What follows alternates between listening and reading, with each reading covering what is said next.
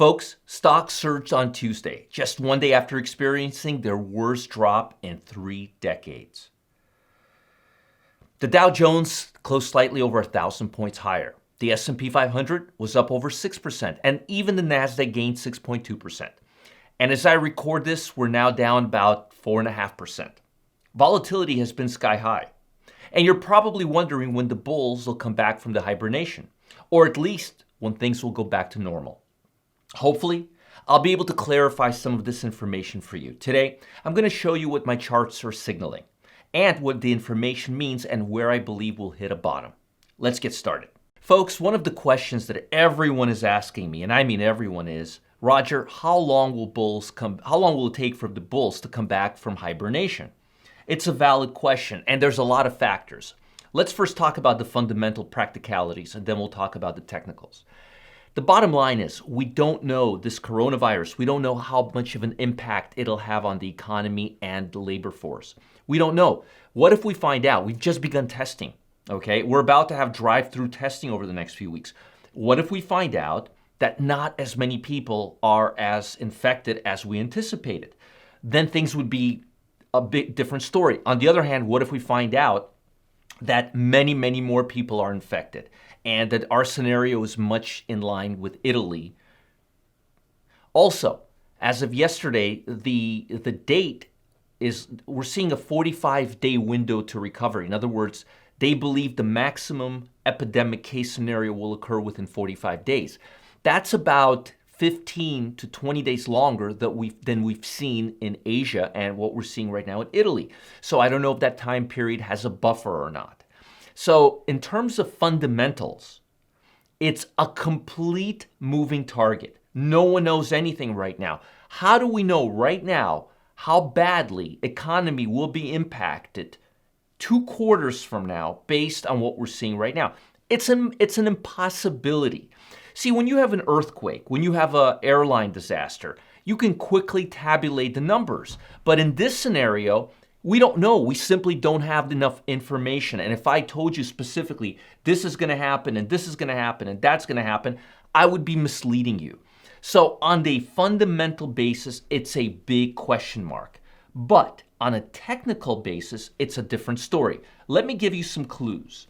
Number one, and these are all the positives. Number one, we've already reached pre-2019 levels. This level that you see right here on the chart is the level we reached during the holidays of 2018, and the market was grossly oversold and bounced back very, very quickly. If you recall, this was the beginning of the trade war drama.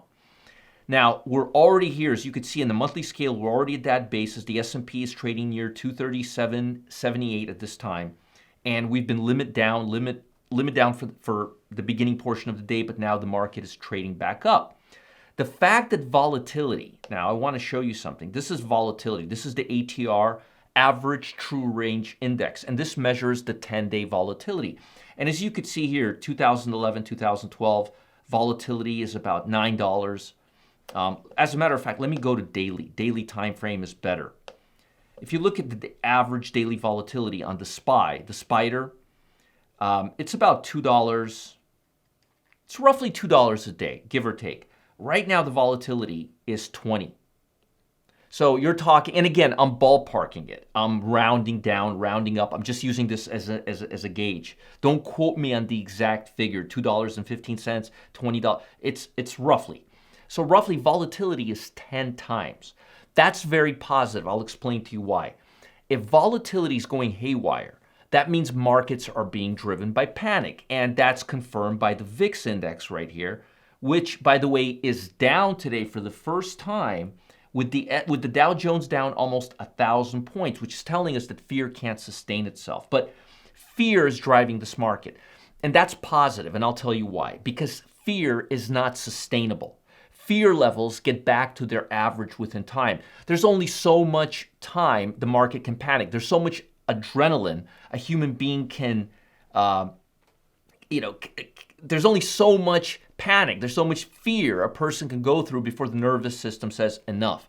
So we're not basing this on realities because, again, fundamentally, we don't know where things are going to be, but we do know that toilet paper and water and so forth is running out of stores.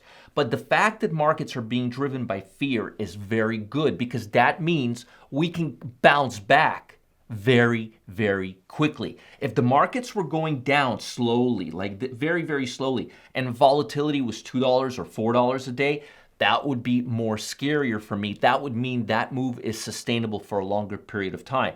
But usually the faster we bounce down, the faster we bounce back. There's another few positives here. Technology. Technology is now trading on the fourth place.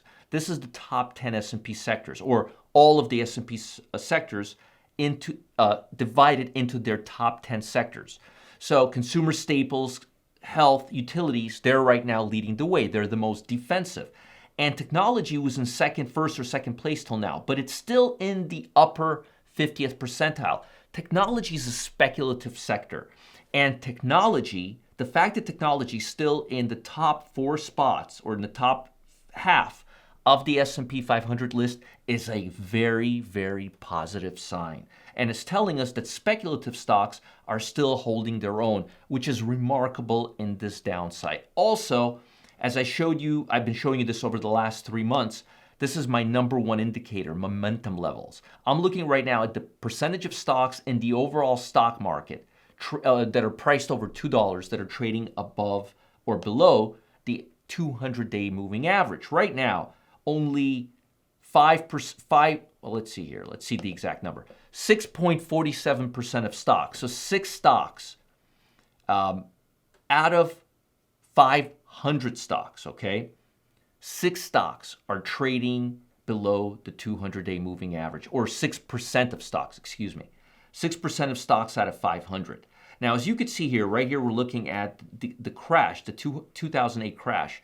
And as you could see here, even though we went down to the levels where we're at currently, right, a little lower, a little higher, but nonetheless, same levels. You could see here, we stayed here for quite some time. We stayed here, we got here around October, and we stayed here all the way till February. That's 3 to 4 months. Now, that's not a long time. Honestly, that's not a long time. That's less than 2 quarters. But the bottom line is, the point I'm making is, we may hover around this area for the next month or two. Now, here's the thing. The amount of aid that we're getting from the country, the amount of money that's flowing into the bond market, this is going to almost ensure a bull market over the next decade. I'm not kidding.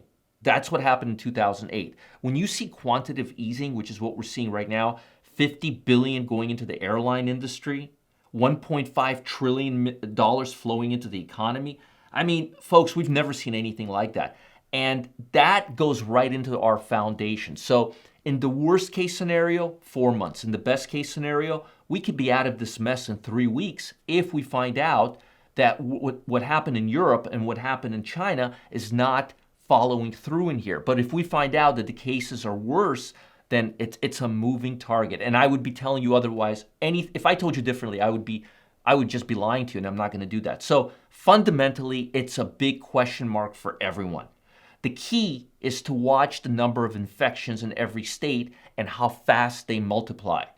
The warm weather is coming in certain states right now. I hear viruses. I hear people are quarantined. People are taking this seriously in this country. And the question now is, what will the death rise? What will be the infected case be a month from now?